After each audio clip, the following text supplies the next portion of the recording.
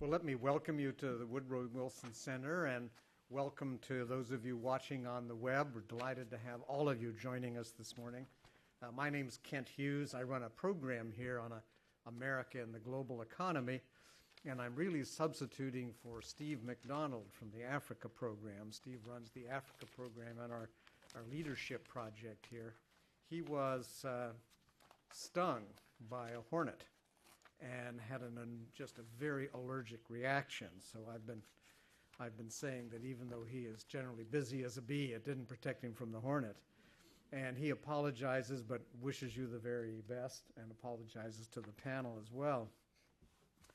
I also want to recognize that this is a multiple effort today, multiple-sided effort today. In addition to the Africa program and the Wilson Center, the program is being sponsored by the World Movement for Democracy and the International Center for Not-for-Profit Law. We have before I get introducing the panel, let me talk a bit about the Wilson Center for those of you who are new. Several years ago, 1968, the Congress wanted to honor Woodrow Wilson, the 28th president. As you may know, he was the only American president to have actually had a PhD. And in his era, he was quite a prominent political scientist. Went on to be president of Princeton University, governor of New Jersey, and of course a two-term president. So instead of turning to the standard approach in Washington of a marble statue or a monument on the mall, they created the Wilson Center, which is a living memorial to Woodrow Wilson.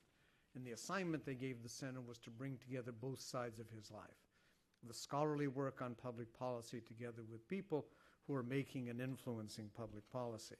We do that with perhaps as many as 150 people who come here to do research over the course of a year on some aspect of public policy. We have programs that really cover the world. Africa programs are a prominent example, and some programs like my own that are really cross-cutting in nature. So when it comes to innovation of the global economy, I'll often work with the Africa program or the Brazil Institute or the Mexican Institute. So it's a very active place. Well, now it's my great pleasure to introduce the panel. I'm going to do it carefully in alphabetical order. Nilda Boulain, is that right, Nilda? Yes. Is the Vice President of Operations of the International Center for Not-for-Profit Law. She earlier served as the Executive Director of the European Center for Not-for-Profit Law. And she, even before that, was head of the Civil Society Development Foundation in Hungary. She has a great deal of experience in the law, including a law degree from ELTE, is that the right way to say it? University in Budapest. And I noticed that she also served as a parliamentary aide at one point in her life. Carl Gresham is president of the National Endowment for Democracy. I'm sure you're all familiar with it. It's a very active institution with many branches. I probably should introduce Carl by listing the parts of the world that he does not oversee. He has programs in Africa, Asia, the Middle East, Eastern Europe, the former Soviet Union, and Latin America. He also oversaw the creation of the Quarterly Journal of Democracy, which is a very useful journal in terms of thinking about democracy and developments in democracy around the world. Also, the International Forum for Democratic Studies and the Reagan-Ficelle Democracy Fellows Program. Earlier, he was a senior counselor for the United States representative to the United Nations and the alternate representative to of the U.S. to the UN Security Council. He has a number of distinguished awards. I'm not going to dwell on those. You have his bio in front of you. He also brings a sterling educational background with a BA from Yale and a master's in education from Harvard University. And to my left and to your far right, it's my delight to welcome Maina Kiai. Is that right? Right. Who was a public policy scholar here at the Wilson Center. So we're always delighted to have people return, particularly when you see what enormous good he has been doing over the course of recent years. He is Currently, he is the special rapporteur on the rights to freedom of peaceful assembly and association, which in many ways will be a central part of today's discussion. Earlier, he was the executive director of the International Council on Human Rights Policy.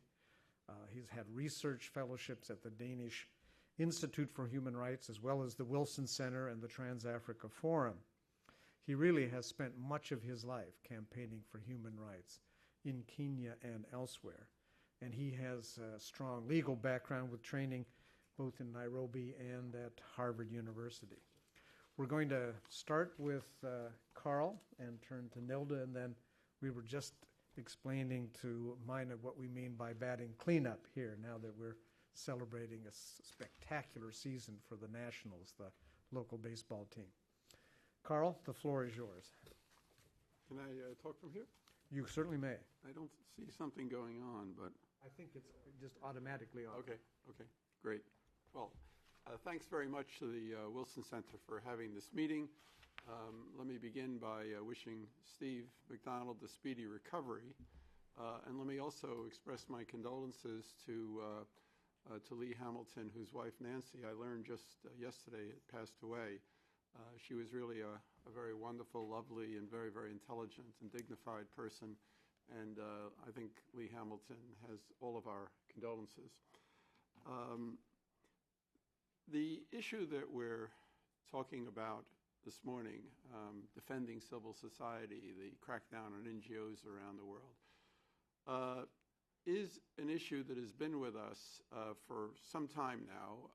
It first came to my attention as a specific issue that was of concern to the National Endowment for Democracy in 2005. I gave a talk on it back then, which is just as relevant today as it was then. And we saw the problem developing and emerging, and it was taking place in the aftermath of the Orange Revolution in Ukraine. And suddenly we saw Uzbekistan starting to crack down on civil society and NGOs, and Russia was preparing an NGO law. And what a lot of governments that were autocratic governments around the world were saying was that they were going to preempt any kind of a uprising from taking place in their own country, and they were going to do so by cutting off both, the ability of civil society to function and also to receive support from the international community. Democracy assistance as a field of work, in a way, it began with the German Party Foundations, and then with the creation of the NED we got going in 1984. But it really got underway in the 1990s when the Europeans and a lot of other countries entered this field. It became quite significant. One of the things that happened as a result of the wave of democratization, the so-called third wave, as Professor Huntington called it, was that a lot of countries that were dictatorships started moving toward democracy but didn't quite get there. They became what we sometimes refer to as hybrid regimes. They had some democratic forms, elections, but they were often controlled, and they had autocratic domination. They had, a civil society that was able to function, some independent economy, especially in the informal sector, especially as the internet developed, it began to have access to information in a way that people in autocracies never had before, but they still had autocratic governments. And in a way, you had a tension, a clash within this system. Abraham Lincoln in our own society once said, "A house divided against itself cannot stand, half slave, half free." And that's what a lot of countries in the aftermath of the third wave became. They became in a way, half dictatorship, half democracy. Some 45 to 60 countries in the world fell into that category. They didn't make the complete transition. And this set the stage for this problem, because you had governments that were trying to hold on to power, but in a way, they had active oppositions that they were trying to control. And after the Orange Revolution in Ukraine, this became a much more systematic process, especially with the rise of democracy assistance, which sought to provide support to independent groups of civil society. So today, you have this phenomenon in maybe as many as 4 dozen countries. You saw the report that is out there, and I call it to your attention, Defending Civil Society. This is the second edition of a report that was first prepared with the cooperation of ICNL for the Assembly of the World Movement for Democracy that occurred in Kiev in 2008. It laid out what the problem is. It laid out what governments are doing to crack down, and also what the norms are, the fundamental norms are that should govern the relationship between government and civil society. But a lot of governments in the world today are passing laws that, in a way, violate these norms. The Democratic leader in Hong Kong, Martin Lee, once contrasted the rule of law to the rule by law, where you pass laws in order to enforce government control, not to have fairness and the rule of law. And that, in effect, is what a lot of countries are doing. So you have a government like Turkmenistan that passes very harsh and challenging regulations for the establishment of a non-governmental organization, that they need to have a minimum of 500 members, and that the government can determine whether or not there is a need for such an organization, or whether it is duplicative of what that government thinks others are doing. Similarly, in Bahrain, where they establish strict standards, or in Malaysia, where the government can ban street protests, which they define as, and I'll quote from Article 3 of their Peaceful Assembly Act, an open-air assembly that begins with a meeting at a specific place and consists of walking in a mass march or rally for the purpose of objecting to or advancing a particular cause or causes. So, I mean, today this problem is especially acute because a lot of governments are facing elections. Venezuela, for example, has an election coming up at the beginning of October, a very important election, which is a very close election. And they have a law on the books which prevents groups from receiving foreign funding and imposes a fine twice the grant for any group that violates that law. Ecuador has a presidential decree prohibiting groups from receiving funds. Egypt is now debating such a law.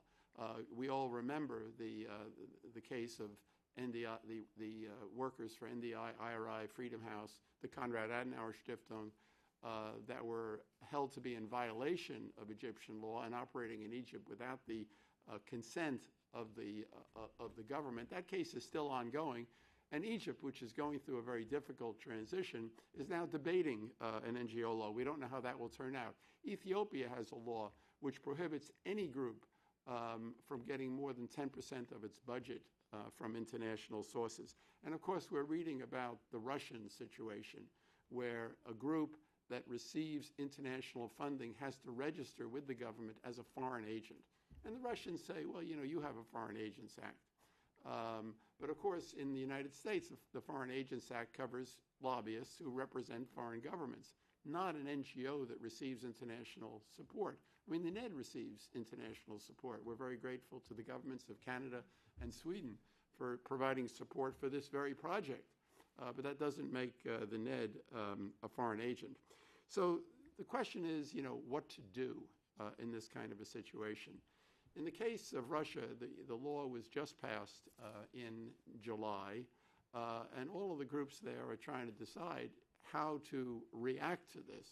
I might note that the NED provides grants to non-governmental organizations around the world, and in September we have a board meeting, and 20 NGOs in Russia are up for renewal. We provide funding on an annual basis to NGOs, and 19 of the 20 of these groups are coming back for support. They're not hiding. They're not withdrawing from the field of struggle. Some groups are going to take the issue to court. Some of the stronger NGOs, like the Moscow Helsinki Group, the Election Observation Group, Golos, and other of the larger human rights organizations in Russia will be going to court. There are organizations that provide legal assistance to challenge this law. And that it's very, very important in thinking about how to respond to this kind of a problem that institutions like our own Agency for International Development not withdraw from the field simply because the government makes it difficult to provide funding. It's very important in this field for the donors to stand firm, for the local groups to adjust, and then to build international support and solidarity. I noted that Canada provides support for this project. Canada also chairs a working group within the Community of Democracies. That's the International Association of Democratic Governments that is now chaired by Mongolia. It was formerly chaired by Lithuania. And it has working groups that work on particular issues. And about 10 governments are part of this working group on defending civil society, along with the World Movement for Democracy, ICNL, and a couple of other important international non-governmental organizations like Civicus. And it's very important to push back and to mobilize international support. And finally, it's important as to how the local groups can react to this kind of a challenge. In the case of Russia, they're not just standing ready to receive international support. The non-governmental movement in Russia right now is in the process of they're creating a coordination council, which is going to be a formal body to unite the broad civic and political opposition. One of the tactics of the government has been to divide the political parties from civil society. They're often, not united, but the government plays upon the tensions and divisions within the opposition. Sometimes they pick off one group and don't go after the others. So they, in response to these kinds of tactics, on October the 7th, which happens to be the birthday of Vladimir Putin, I think that's, in a way, a provocative and symbolic act by the opposition. They're going to have an election. 45 members of this governing council, 15 of which will come from the political opposition, 30 from civil society. And it's a way in which the Russian opposition is standing up in a very difficult situation. But since December and the demonstrations in December, civil society is growing. Political opposition is growing, and the situation in Russia is changing. Similarly, in a country like Venezuela and in other countries around the world. We can discuss every single country, including a more authoritarian country like China, and we can see a tension in these societies between groups that are protesting, groups that are in opposition, groups that are trying to express themselves freely through the use of the internet, independent publications and other things, and these governments. And there is an ongoing contestation that is therefore taking place. And it's very important in that ongoing contestation that we in the free societies in the world provide support, moral support, political support, technical and even financial support where possible to the people who are struggling for greater political space and human rights. Thank you. Thank you, Carl, very much. Nilda, the floor is yours. Okay, thank you very much.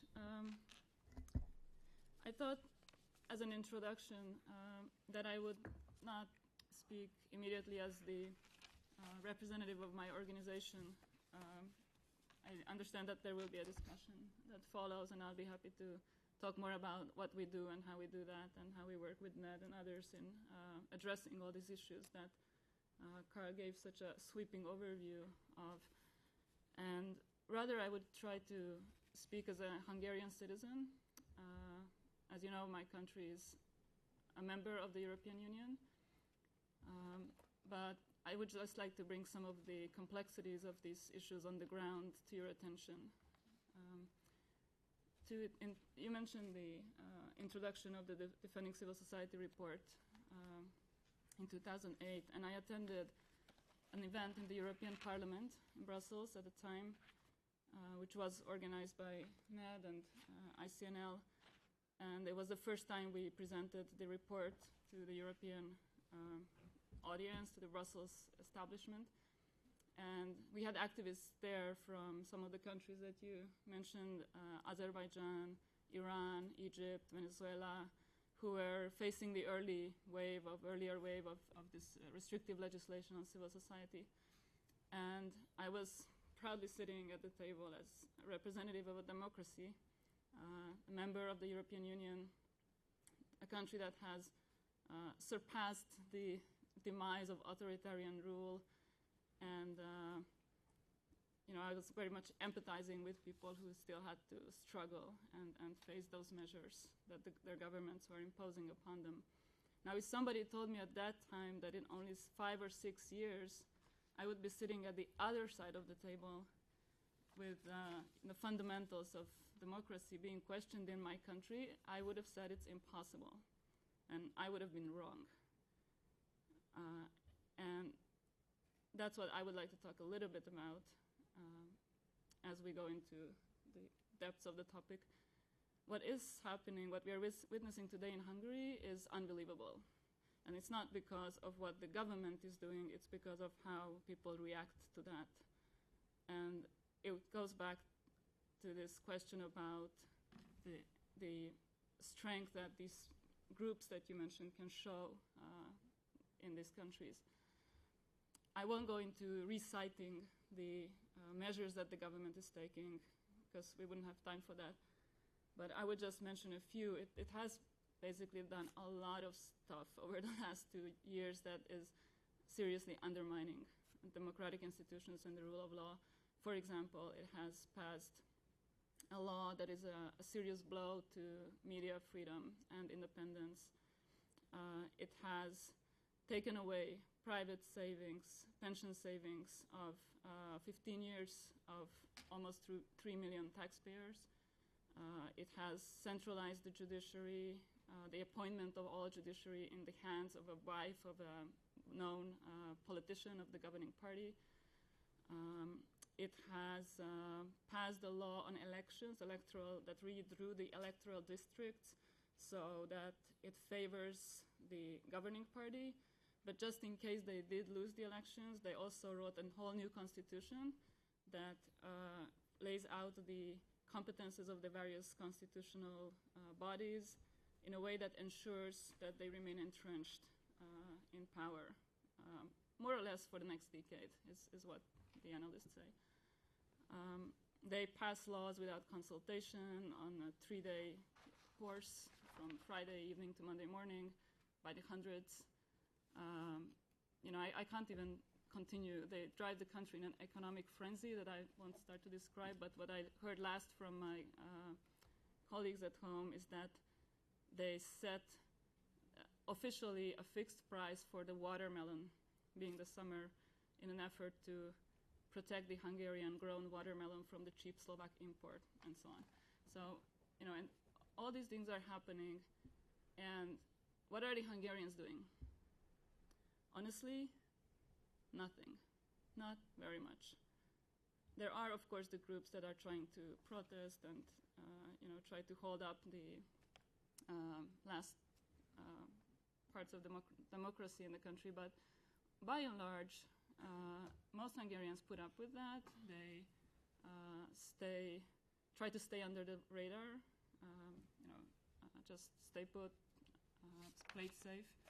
We had a family fight before I left where my aunt did not allow her 18-year-old daughter, my niece, to go and protest against a new law on higher education that would affect her directly, in fear of losing her job. And so the issue is that we're not talking about the livelihoods of exposed professionals like journalists or human rights activists or politicians or even public administration workers. We're talking about the ordinary people, school teachers, doctors, nurses, hospital workers, cleaners, farmers, anyone whose livelihood in one way or another depends on the government. And according to some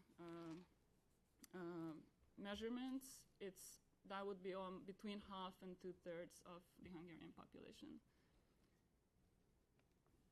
Now, Majna, if I may say, was kind enough to tell me the other day that I don't look my age, which is very flattering.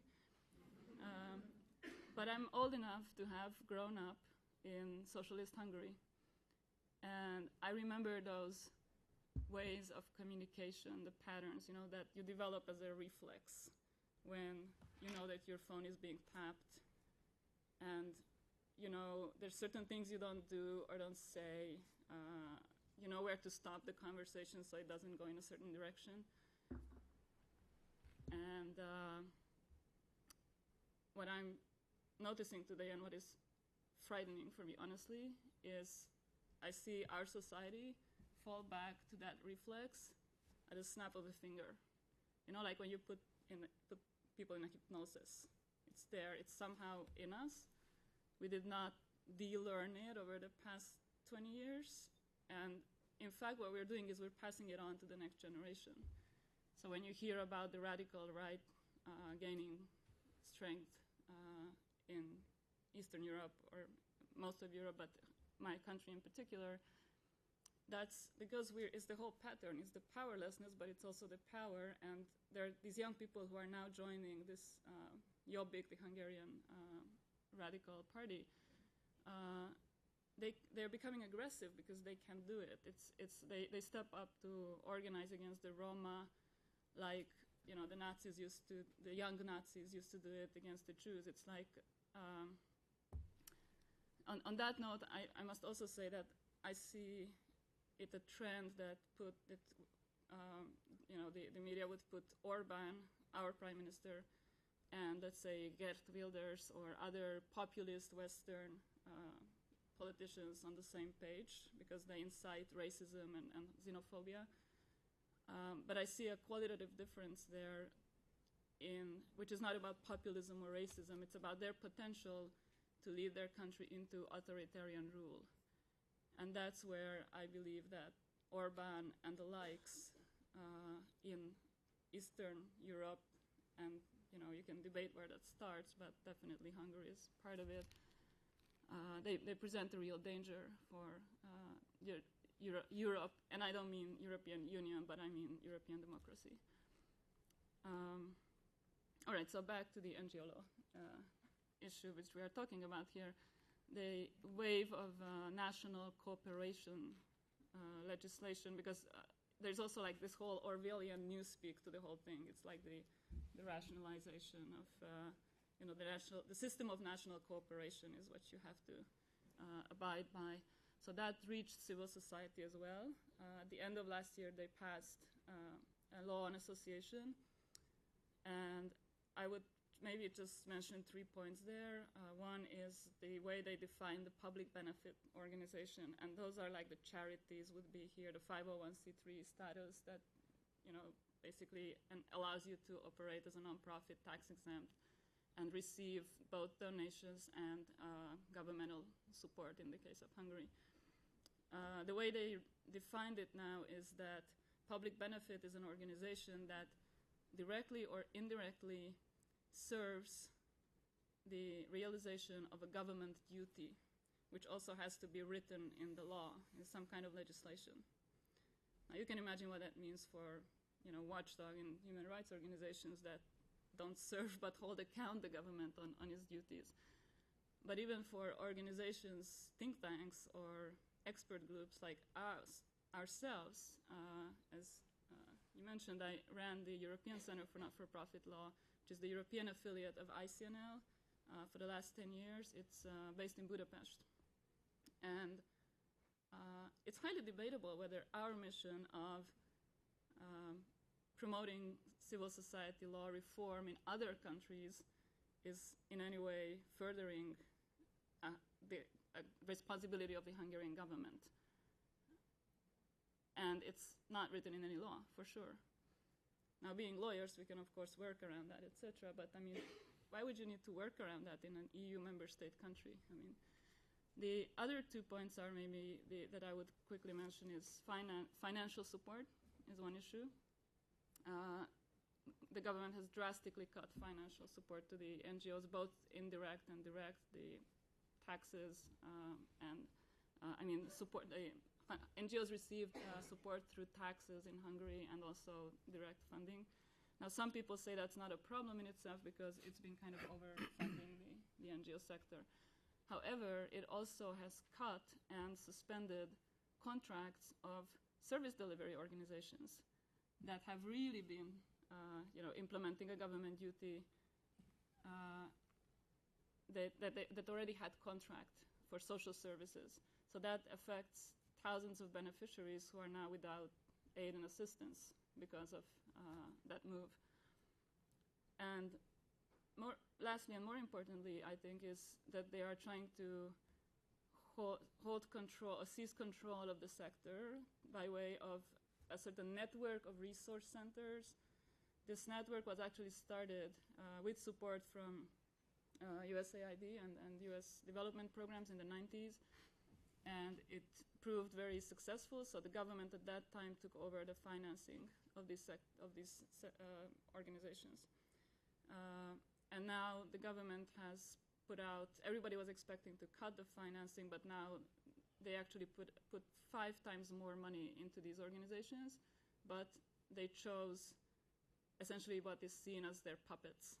And these organizations in every county around around Hungary have access to all the data of all the NGOs, their finances, their membership, their leaders, what they do, how they vote, everything. So they're just penetrating the sector through that network now. Okay, I'll stop there because I don't want to take time, and I just wanted to give you a sense of what is going on in Hungary. The only last thing I would say is, you talked about the baseball. For me, I have to learn the baseball scene. For me, the light of hope in the last 10 days has been the Olympics. I don't know if you know, but Hungary has excelled. Our athletes performed outstandingly, exceeding all expectations. We have 8 gold medals, and this alternative table of medals where you have the number of gold medals per capita, per population of the country. We're high up there, we're leading. And they did so after years of preparation where the government was sort of, cutting funding support for any sports except football, which is the private hobby of our prime minister. So they took, they just ignored the whole Olympics team. The prime minister didn't even go to London. They didn't bother to send a message until the very end. And, a lot of the media came out saying in Hungary, isn't it amazing that despite the lack of support from the government, our athletes performed so well. So I was in the camp that said maybe it's because of the government ignored them, so they could just go on and do their preparations. And I think that should be a lesson to our society, but I'm not sure how soon we are going to learn that. Thank you. Thank you, Nilda. Congratulations on the Olympics, and let's hope there's some gold awards for civil society as well. Lena, Thank you very yours. Thank you very much. And I had plans to follow through from what Nilda had started in the internationalization, but I'm not so sure I want to go through in the Olympics because Kenya did horribly this time, and this is an Olympics we want to forget, apart from the world record we got in 800 meters for that, which we must say that the first person to run under 1:41 is Kenyan, so that's marvelous. But anyway, I think what Nilda has done for us is show that these issues of attacks of civil society are not only in the global south. They affect everywhere in the world. They're in the north. And they were actually here in the United States itself.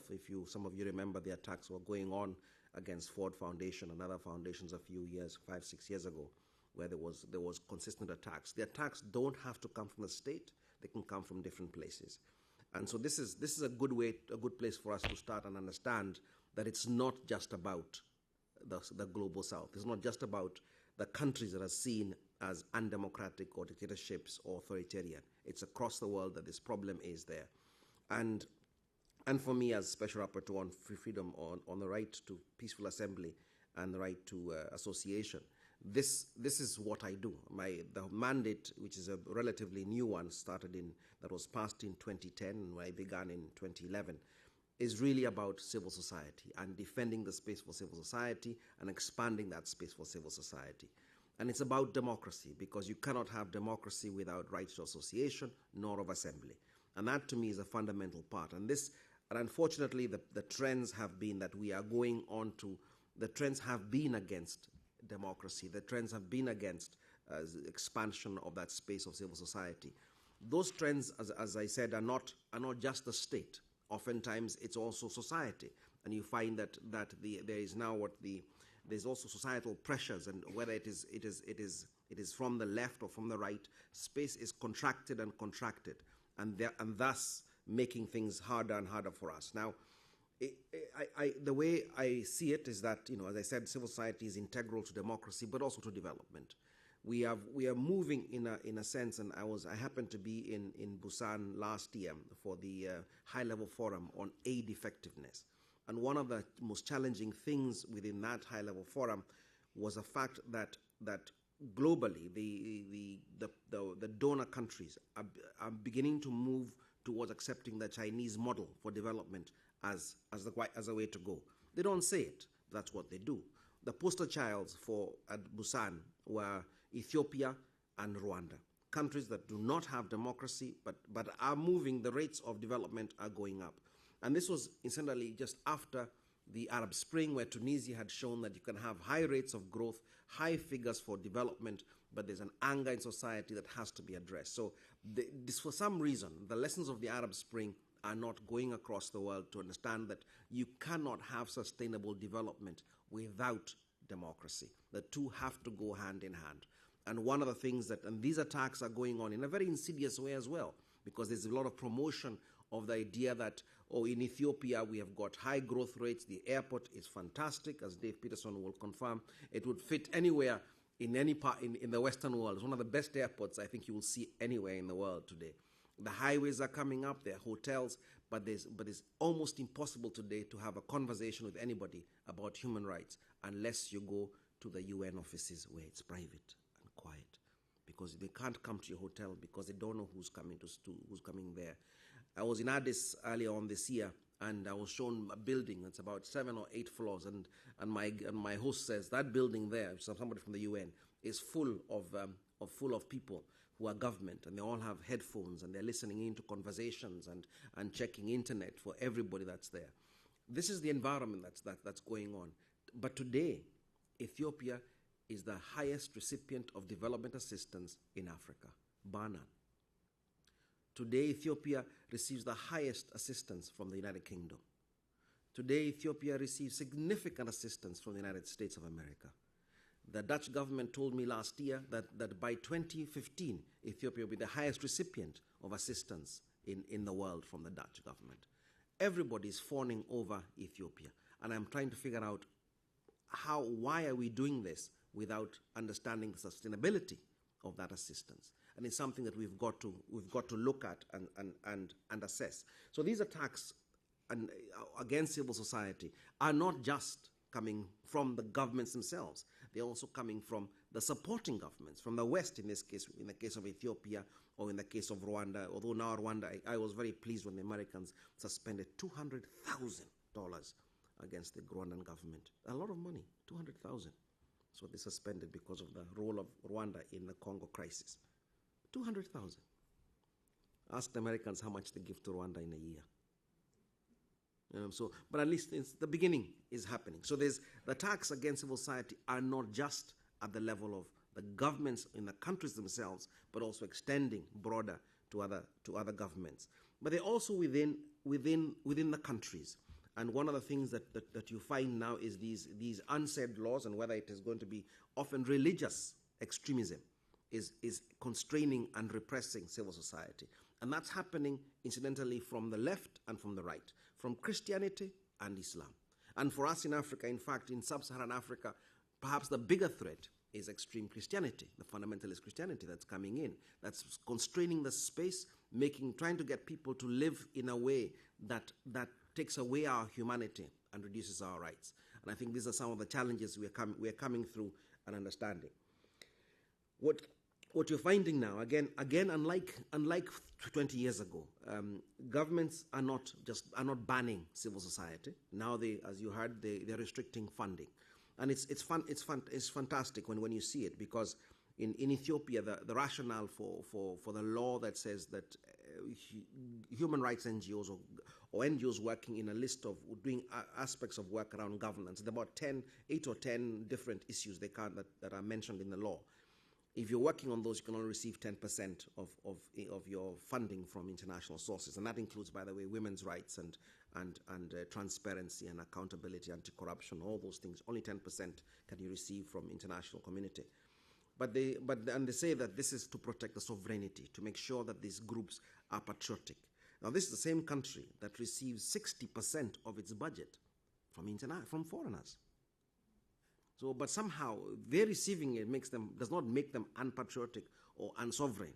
But when civil society receives it, it becomes unpatriotic or unsovereign. So they're getting very clever, and they're getting very smart. And the problem is that this is spreading on.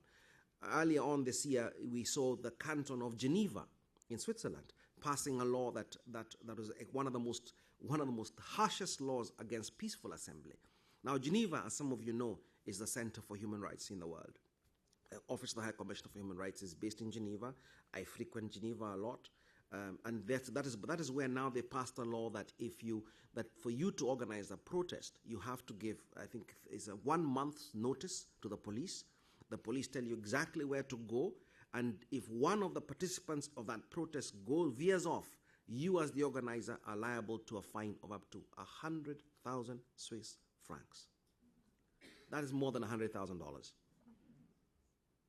And it passed, and it's unbelievable. There are so many restrictions, in the way Geneva operates, I think, as you know, Switzerland has got direct democracy. So it was challenged by somebody, and then was taken to referendum, and the people of that canton voted 53% in support of that law. It's now being challenged at the federal level by lawyers. But it's part of the processes we are seeing where there are more and more restrictions that are coming up to take away our rights. I think it's in a sense we are at a point where we are fighting. We have begun the fight again. It's much more subtle. It's more ruling the rule by law than of the law, and I think it's very scary. Now, countries are learning from each other. One of the things in engaging on the Russia law, the Russians were very clear that, look, we're not doing anything that's not being done in Europe. Look, Geneva just passed a law very similar to ours. What's the problem? The Western world is doing this, so this is what we're doing. So these laws are passed on, and countries are learning quite well from each other as they go. So I just wanted to say that's where it is. Now, what is the role of the UN in this? Because that's where I'm sitting from now. I think there are some things that give me hope within the context of the United Nations that has some impact, and I'm happy to say that our intervention in Cambodia has been quite useful. There's been a draft law in Cambodia for the last, I think, 2 or 3 years trying to restrict NGOs and civil society, and we have been going on and writing and communicating with them, and finally, after a lot of pressure, both locally and internationally, the government has suspended that law, and they're waiting, at least for a year now, it hasn't been discussed. So you can see sometimes there is that pressure that comes up. The other country where I think was successful was Georgia. I was in Georgia earlier on this year, and they had just passed a law in December that put onerous conditions on civil society. And that said that if any civil society, any NGO has any links with political parties or political activities, it would then be considered as a political party, and political party rules would come into play, which are very, very strict about how much you can receive in terms of funding, what you can do, and when you can do it. And that was brought to my attention. In fact, I hadn't gone to focus on that issue when I began my mission to Georgia, but it became very important, very clear, very, very fast that this was an issue of concern to civil society, to the right of freedom of association, and I raised it up with the government. I did a lot of work on that, and I'm happy to say that 3 days after I left Georgia, the government met with civil society and began talking and working on how to amend that law to make it more rational. So some countries will accept. I mean, of course, as we know, the Americans will not accept United Nations. They have a difficulty with the whole concept of pressure from the UN. But I think a lot of countries in the world do accept and understand the role of the UN. And the special rapporteur position it really operates on the role of the moral pressure that we can put and we can bring to bear. We have to have our facts completely straight and very clear. And once those are clear and straight, that gives us much more authority. But it's really using, and the special rapporteur system is an interesting system because it's not a full-time job. We all do this as part-time position. When I started, they told me that I should expect to spend 20% of my time doing this. I find that I spend 80% of my time doing this, and the other 80% of my time doing my ordinary life work, which with sometimes with the help of Ned when they're in a good mood, they help me, they fund me in my other life. But sometimes they're in bad moods and they don't fund me. So we depends on some things. But nevertheless, I mean, it is a very thrilling experience, and I think the ability to go to countries, to meet government officials, to meet ordinary people, to meet victims, to meet NGOs, to meet political parties is a thrilling experience. And being able to come and try and move the processes to actually have an impact. Ted Picone of the Brookings Institution has done a pretty good study from 2010 that looks at the United Nations system, and his opinion is that special rapporteur system is probably the most effective system within the UN in terms of having an impact on moving change. So it can work. It's about persuasion. Of course, some countries are difficult. I asked the Russians, I think in 2011, I asked the Russians to invite me to go and visit, because the way we operate is that we can only visit countries. We have to request an invitation. So we write polite letters to governments saying, please invite me. And sometimes, most governments just keep quiet if they don't want to invite you. The Russians were quite clear. They wrote back and said, sorry, we're not going to invite you. So that was the first time I was told blatantly no. But we are still working at it. I'm going to keep the pressure on Russia to see if I can get to visit there. But those visits are powerful because they also galvanize civil society. They can come around. They can actually have a voice and a way to express their issues now with the banner of the UN rather than as individual civil society. So that's basically how we work. I think it's a system that could be more effective, but right now it is what's available. There are some issues around special rapporteurs that make them a little less effective, especially the fact that and governments have become clever. The resources to the Office of the High Commissioner, which services special rapporteurs who are independent experts, those resources remain as they are. But every year, 3 more special rapporteurs are created by the UN. So the resources don't increase, but the numbers of us increase. So now we have 50 of us who have got special mandates. We've got 50 mandate holders doing this, but the resources are not increasing, which means that our capacity is also reduced by that fact. So countries that are clever keep creating mandates. So on almost any issue you want, there's a special rapporteur on the right to water. And some of them are very close to each other. There's one against violence against women, and then another special rapporteur on the rights of women. So all those things seem to come closely together. But it'd be useful, I think, for us to be able to look at that and to make it much more effective for us to be able to move together. I mean, they are very, very closely related. I think even my mandate had a lot of controversy when it was created, because the right special rapporteur on expression has been existing for a long time, and then the human rights defender, special rapporteur. But we work very closely with especially those two mandate holders and do a lot of our work together. So there's a real correlation of our work. But it is a place I would invite you to look at a bit more closely in terms of seeing how you can have impact on understanding and responding to attacks on civil society. Thank you.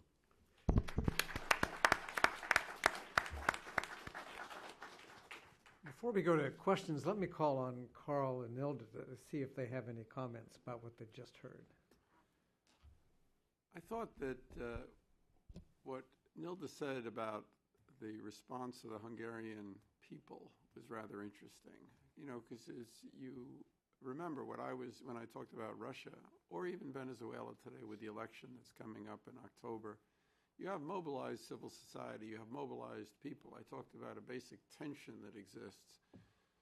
in what I call hybrid societies. It's not influenced by global south, global north. It's a structural problem of governments, systems that are partially dictatorial, if you want to think of it that way. But there are people actively in civil society that are working and fighting for their rights. And it's troubling what she said about Hungary.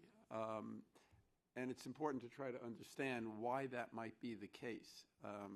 She implied that it might have something to do with strong nationalism and the energies coming from below being directed at minority groups or Roma.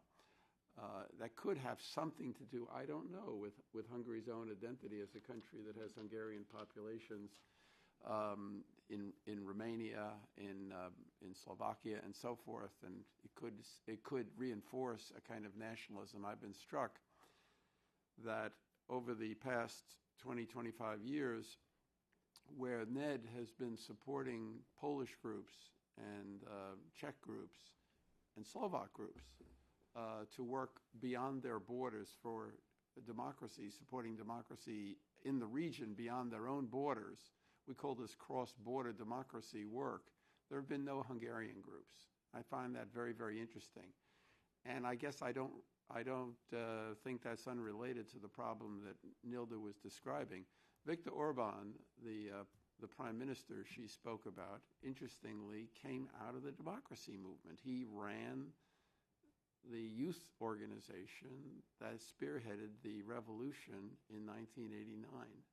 Why has there been this backsliding? And backsliding is a larger problem than that. In the current Freedom House report, the report surveying the world for 2011, it identifies 4 countries that are in danger of serious backsliding. One of them is Hungary. The other is Ukraine, Turkey, and interestingly, South Africa. They're very worried about South Africa. And you could even point to other countries. Venezuela is a country that used to be a democracy. So democracy is never safe. Wendell Phillips, the abolitionist in the United States in 1858, before the Civil War, said that the price of liberty is eternal vigilance. That's sort of what we're talking about here. And it can't be done just by the international community. It's very important to have international action, international solidarity, special rapporteurs in the United Nations, and I want to congratulate Maïna. It's very important to have someone like Maïna in this position. But our work, the work of people internationally, can only succeed if there are mobilized forces from within. I mean, all you can really do is support these internal forces. And I think it's important to understand Hungary, understand why this problem is taking place, to see,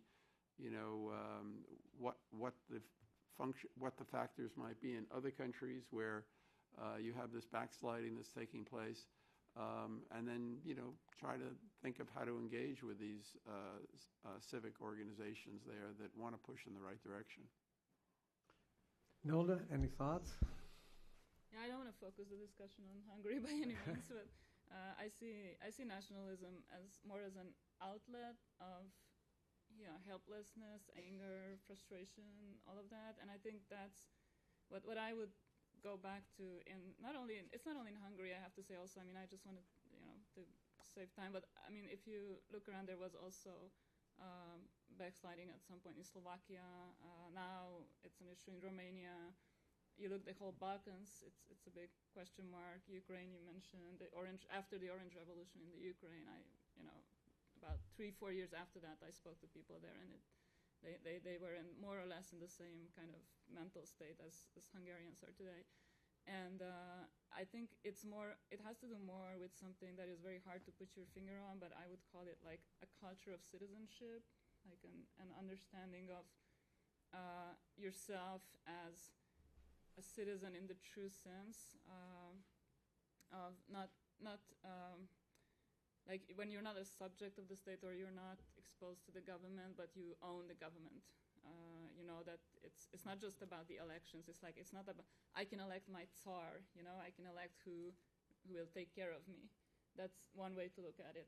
It's not the way here in the United States or in some of the Western countries, it's seen as I elect the government to serve me, and it's just that kind of cultural difference. And I don't know how long it will take for many of these countries to overcome this. And I think what complicates the matter in the case of Hungary and neighboring countries is that they are a member of the EU, and when you talk about international support, we had an experience recently about, because with ICNO we were able to, mobilize, of course, some of that international support, but in this case, because it's an EU member country, you don't get international support, you're supposed to give it. And the tools or mechanisms that the European Union itself has to protect democracy within its own borders, and Geneva is another case in point, or Italy or Greece for that matter, they are quite limited in a way. The EU can be very strong before you join it. They can hold the grip. There's a very clear carrot and stick approach before you join. But once you join, I mean, of course you cannot rule it out, but there's a big question mark about how willing the Union will be to apply like the ultimate sanction, which is to use Article 7 of the Lisbon Treaty on suspending voting rights of a member. Nobody really thinks it's going to go that far. But what does that mean? How much is going to be tolerated? And everyone does talk about the euro crisis and leaving the eurozone, which is seen as a monetary issue or an economic issue. But I think there's also a political issue within the European Union that needs to be addressed. Let me just, before we go to questions, let me ask one of my own. Maina mentioned the interest in the Beijing consensus or the Beijing model. Some people have written books, Capitalism Without Democracy. Is part of the problem that the example of the West has become somewhat tarnished? Certainly people reading the American press, which they could certainly do on the internet now, there's one article after another about gridlock, political dysfunction, slow growth, a sense perhaps in some quarters that we exaggerate our problems, but in doing so, it erodes that example of a so-called democratic city on a hill. Is that for? What do you? There's really for all of you. Would you? Well, let me. That's a large question, and the idea of the China model maybe overtaking the U.S. model. I don't buy that.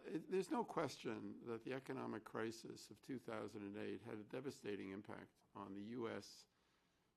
influence in the world, not just on our own economy, but this model that seemed to be so stable, so successful, all of a sudden seemed to be challenged at a time when you had China having 10% growth rates. And there's no question that this is an issue, this is a problem. And Maina referred to this being an international problem because China, does not support democracy. It is perfectly happy. There's no lobby in China to, as there might be here or in other countries, not to support dictatorships around the world. It wants resources, and it'll go wherever it can get them. But I think, first of all, the great secret of democracy is it has self-correcting mechanisms. We're now in the middle of an election. And, the problems are out there, and people are going to be proposing solutions to these problems. And I have great faith. I've seen in this country before, when it had problems, and we overcome them. There's a Chinese political scientist, philosopher, very important thinker in China, Yu Jiangrong, who talked about China having a rigid stability, not a resilient stability. Democracy has resilient stability because it can adjust to problems and solve them. Rigid stability means you crack under pressure. And China has enormous pressures.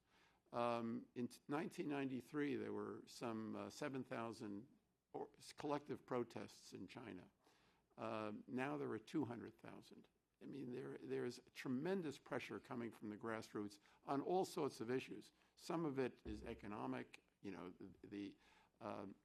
the fact that you have a government that that is not restricted, but you do have over 500 million people on the internet, more than that with cell phones. You do have now an independence of opinion in a country like China, and that is not going away. My own feeling about China, and this was published by Larry Diamond in the Journal of Democracy, is that you might see within 10 years a much faster schedule than anyone predicted before, the end of Communist Party rule. It doesn't necessarily mean you're going to have democracy, but China is very likely, in my view, going to follow the model of other Asian countries where you had rapid economic growth, producing a significant middle class that is itself resilient and demanding, and is not going to accept forever autocratic power. So I don't buy the China model taking over. I do believe that autocratic capitalism is potentially, especially in such a large country like China, could represent the most serious threat to democracy in the world. But I have confidence that democracy will correct its errors, and that authoritarian systems have their own internal contradictions. Well, I wasn't talking when I talked about the Beijing consensus. I was marveling really at the fact that the Western world seems to accept it when it comes to Rwanda and Ethiopia and other countries much more than anything else. But on the broader question of China and other things, I'm not convinced that capitalism is the brother or the sister of democracy necessarily in that way. And I think that the American model has significant weaknesses in very many ways for many of us who are not Americans. And I think that quite a lot of people would like to look at if this country can't even pass a healthcare bill to have universal healthcare in this country, it's incredible. I think most people would more look at the Scandinavian experiences as probably the better way to go through than what's here in the States, and the fact that there's been this rising fundamentalism in this country that's beyond belief, to be honest, and the lack of tolerance is a worry as you go along in this country and other places. But for me, I think democracy is about tolerating others more than anything else. If you can tolerate them and allow them their space, then I think we're fine. But on the capitalist thing and all that stuff, that's a different issue entirely. Sweden has capitalism. Yeah, it's different. It's not American capitalism though. It's not as laissez-faire as American capitalism. Well, let's go to questions. The gentleman here, and if you'll wait, we have, and the gentleman here in the front, we have microphones, and if you would please identify yourself. Thank you very much. I would first of all like to thank all the presenters for your excellent presentation. My name is Johannes. I'd like to introduce myself as an African citizen born in Ethiopia. I can see my country is being mentioned several times, so I find it very interesting. I think my question is, first of all, I have worked a lot with the African civil society organizations, especially within the ECOSOC of the African Union. I don't know how many of you are familiar with the ECOSOC of the African Union. And my question is, we have many of these civil society organizations in Africa. And I would like to talk about the popular participation of the civil society organization on development. And we have structures like, for example, the ECOSOC within the African Union. We have ECOSOC in the EU, we have ECOSOC within the UN.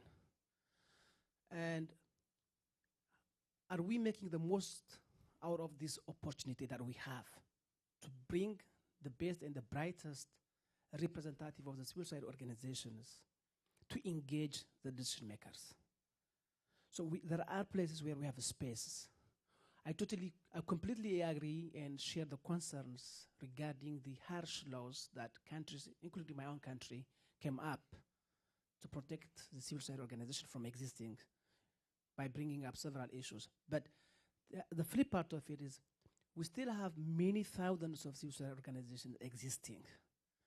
And then when we create an opportunity for them to engage with the decision-making process in terms of capacity, in terms of bringing expertise, how are we doing? How are we helping them to bring the best and the brightest, come up with a solution that needs to be presented to the decision makers. Because I could see a lot of times, having worked like with the African Civil Society Organization within the African Union for several years, from it started up to now.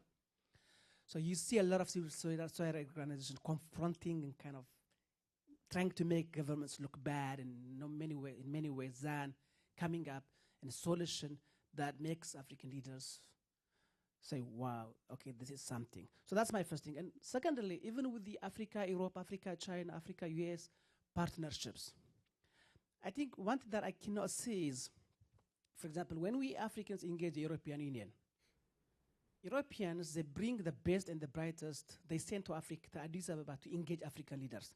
But unfortunately, African leaders, they ask their ambassadors based in Addis Ababa to represent Africa for every expertise, for every areas, agriculture, economic empowerment, democracy, in everything, human rights. So the ambassadors happens to be the only people to, as an expert, to engage the Europeans.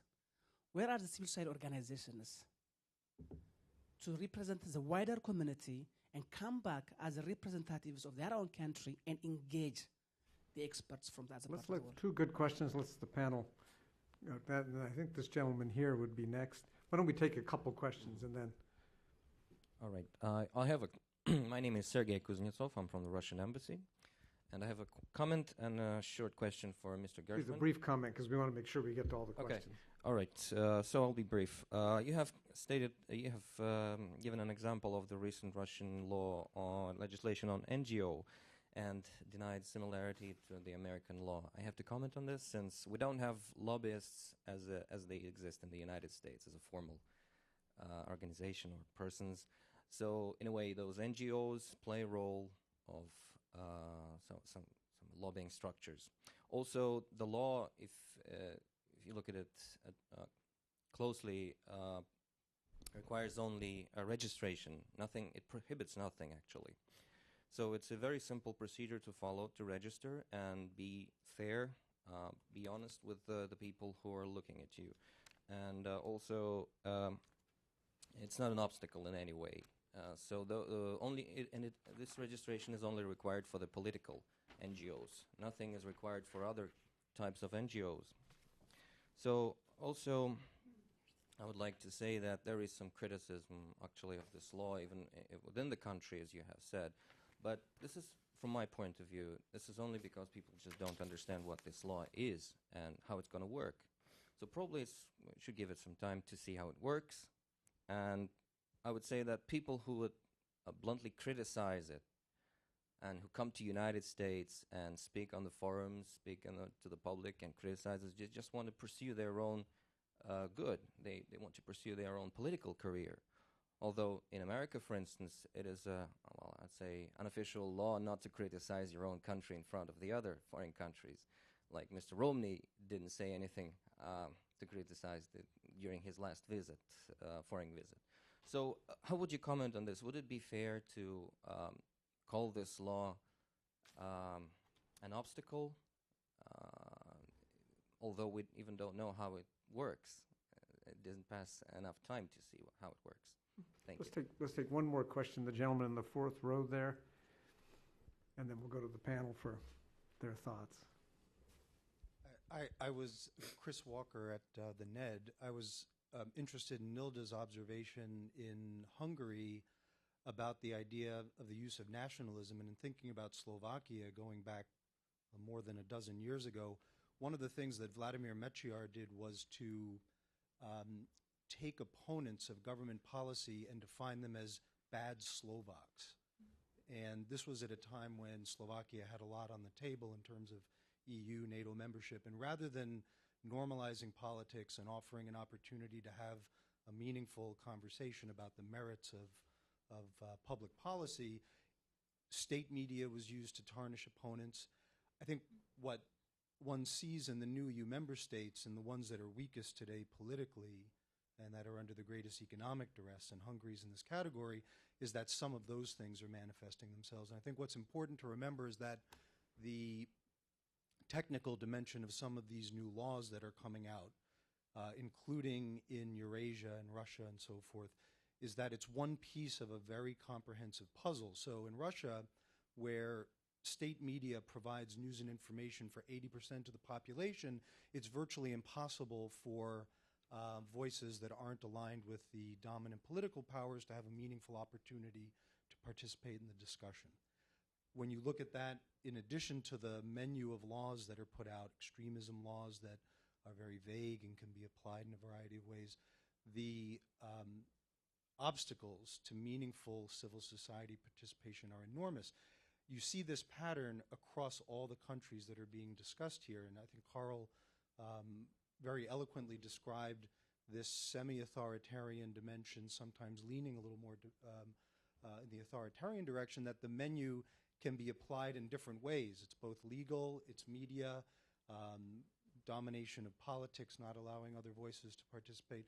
So one of the things I want to emphasize, I agree with this idea that domestic actors have to lead the charge, but I think when a state that isn't a failing state, that has enormous resources at its disposal, takes a decision to use all of the instruments at its disposal to suppress meaningful opposition in the form of civil society, what the UN and what the EU and what other democracies should properly be doing to help local actors defend their rights and have their voices heard. Thank you. Well, let's start with the Africa question. I think Maina represents the best and the brightest from Africa, so maybe you could respond to that comment and question. Well, I think the comment was essentially asking why African and other civil society is not engaged in the mechanisms of the AU. I think that's a choice, and I think that it's up to the different civil society organizations to do what it is they want to do.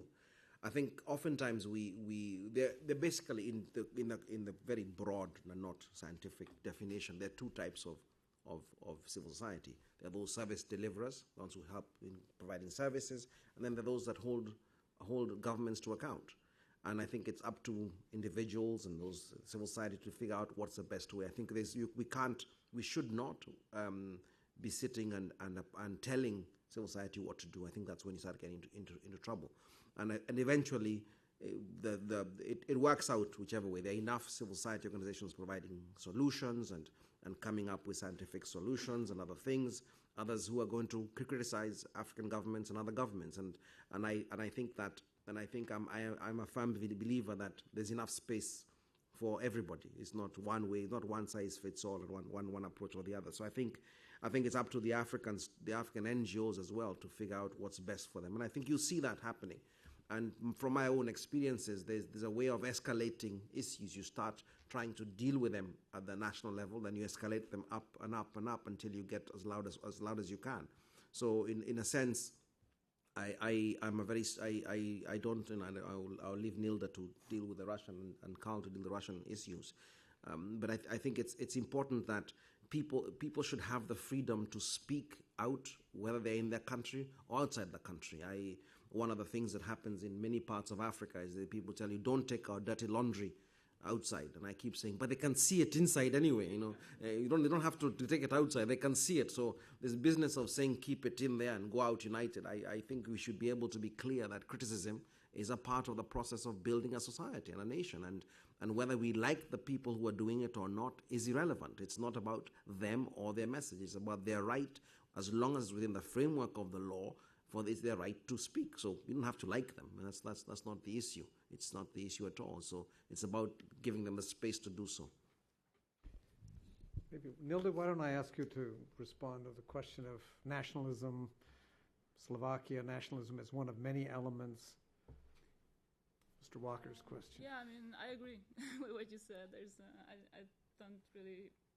don't have a specific answer to that because I agree that, also, of course, now within the system of national cooperation, everyone who does not cooperate is a bad Hungarian. So it's the same pattern, and I agree with your analysis by and large.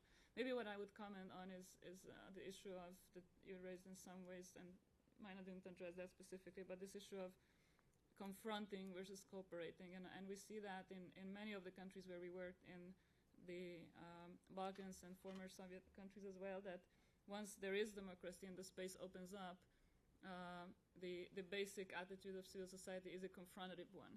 So it's very hard to learn how to cooperate with the government without seeing, yourself as being co-opted in a way, and it probably takes a long time to develop the kinds of civil society leaders and activists who will be able to provide policy support and that you call the best and the brightest. But I think that it has to be very carefully judged, especially in countries where that kind of cooperation can really be seen as co-optation in a way. So I think there's a difference between where you can legitimately work together with the government to improve the policies, development policies, legal environment, etc., which we actually do a lot of that. And many times it does work even in more strict regimes, as long as it's not publicly seen. But we work like that a lot in several countries where we bring together the government officials and the civil society organizations to discuss certain provisions in the law, and you can really make progress that way. But it cannot be seen as like now the civil society is supporting government, and or the government co-opted civil society. So it's just a different context. Carl, your thoughts, including the question of are we being unfair to Russia by not waiting for the law to work out? Before I get to that, let me just say a couple of words about Africa. I think you were saying, where are the civil society organizations and can they engage with governments? And there's an extremely active and vibrant civil society in Africa. I mean, Maina comes out of that. And as he well knows, the World Movement for Democracy has a kind of an Africa region network, which is an affiliate called the Africa Democracy Forum, which brings together hundreds of NGOs to try to bring a civil society voice into the Africa Union process. And then you have sub-regional organizations. One of them that I think is extremely impressive is the Eastern Horn of Africa Human Rights Defenders Network. I was at a meeting in Kampala in 2009, which brought together some 125 human rights defenders from 45 African countries. So there is a growing and strong presence. They're using technology very, very well for human rights defense.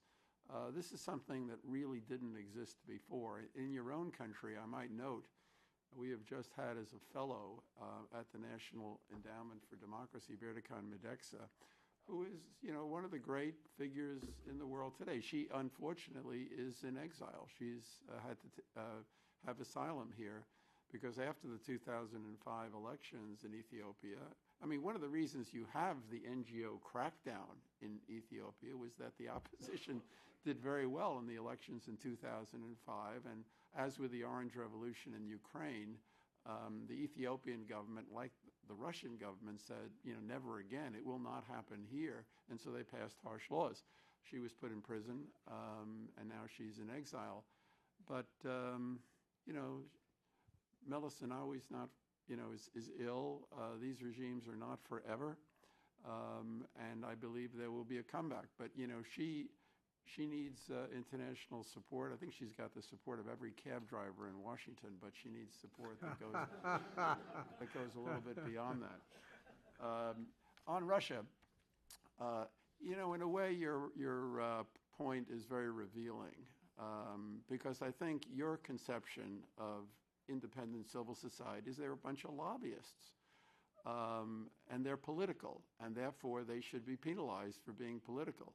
You should understand what Maina was saying when he said that the role of civil society is to hold government accountable. There are service delivery organizations, and there are organizations that seek to hold government accountable. They're not speaking for America. They're not agents of the United States. What are they agents of is of the Russian people, that the Russian people should have rights, and they should be able to hold their government accountable, to defend human rights, to have independent media, to control corruption, which is a gigantic problem in Russia. Who is going to do it? It's not going to be the international community. It's going to be Russians who want their country for themselves, who want rights, just as the Arab people want rights. I think the idea of citizenship that Nilda referred to is a critical, critical concept. the development of active citizens who feel that government exists to serve the people should not serve the government. And that is the fundamental issue here. And that is all that these Russian NGOs are trying to do. They're trying to have a voice to hold their government accountable. And because the government doesn't want to be held accountable, that's what this whole discussion is about, they're passing a law which is labeling these people as foreign agents and imposing severe penalties, financially, even to the point of imposing labor, 2 years of labor on people who violate the laws, severe penalties to prevent having a civil society that can hold the government accountable. That is the fundamental question. It is my great hope, and I've had this, we had hoped that Russia would move well beyond where the Soviet Union was. We don't want to see it go back to the period before the opening that took place in 1991, Glasnost and so forth, to continue to move forward. I think Russia can do that. I think what's happened in Russia, starting in December with the protests, what were they protesting against? They were protesting against Putin saying, well, I gave Medvedev, the presidency for 6 years, now I'm going to take it back, And I think people are worried about the future of Russia. Russia is a country that has severe, I would say even existential problems. It has very sharp population decline, very severe health problems, severe problems of corruption. People want their country to be a strong and healthy country. And it can't be a strong and healthy country if you have a government that people feel is going to go back to the period of stagnation that took place under Brezhnev. That's what they're afraid of, and they want their country to revive, and I hope that they succeed. They're not speaking for America in this, they're speaking for Russia. Well, thank you all. We have actually exhausted our time, but this is a subject that requires and merits continued discussion. I suspect the Africa program and other programs here at the Wilson Center will continue to pursue it. Please join me in a round of applause for an outstanding panel.